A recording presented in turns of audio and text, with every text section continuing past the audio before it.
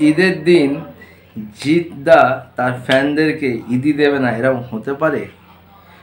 আমরা সবাই জানি ঈদের দিন সকাল 10টার সময় জিৎ ফিল্ম ওয়ার্কের তরফ থেকে বুমেরাঙের ফার্স্ট লুক বা একটা গ্লিমস, নতুন চমক আসার কথা ছিল, আর সেটা এসছে।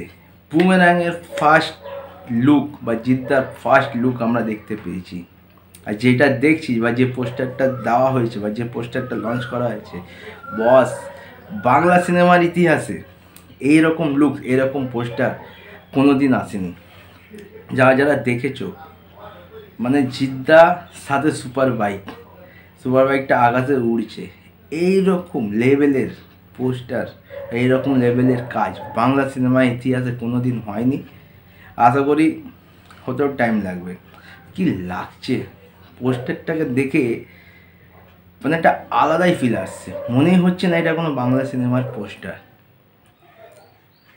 জিদ্দার যেরকম গেট আপ আর যেরকম সুপার বাইকের লুকটা, জাস্ট আগুন। কিছুদিন আগে জিদ্দা সুপার বাইক চালাচ্ছে, এই ছবিটা ভাইরাল হয়েছিল আমাদের মহেশতলায়। আমি মহেশতলায় থাকি, আমাদের মহেশতলা বাটা অঞ্চলে। আর সেই বুমেরাং মুভির ফার্স্ট লুক আজকে দেখলাম সুপার বাইক নিয়ে, জাস্ট আগুন, বাস্ট আগুন, জাস্ট আগুন।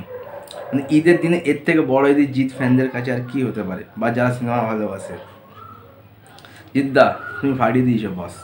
কেন বুমেরাংয়ের অ্যানাউন্সমেন্ট 2022 সালে হয়েছিল জিদ্দার জন্মদিনে, আর আজকে 2024, মানে এর ফার্স্ট লুক এলো প্রায় 2 বছর পর।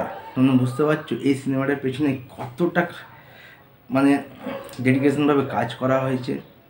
এই বুমেরাং সিনেমাটা বাংলা সিনেমার ইতিহাসে না একটা মাইল ফলক সেট করবে। কিছুদিন আগে একটা কন্ট্রোভার্সি হচ্ছিল, কোনো একজন ডাইরেক্টর প্রডিউসার বলেছিল কি জিৎকে আমি সুপারস্টার হিসেবে মানি না। আমার কাছে একজনই সুপারস্টার যে পরপর 3টে ব্লকবাস্টার দিয়েছে, কিন্তু বস জিদ্দা কী করতে পারে সেটা জিদ্দা আবার প্রমাণ করতে এসছে। ওই একঘেয়েমি নাটক, ওই সব সিনেমা জিদ্দার দরকার নেই। ওই নাটক সিনেমা না জিদ্দার দরকার নেই।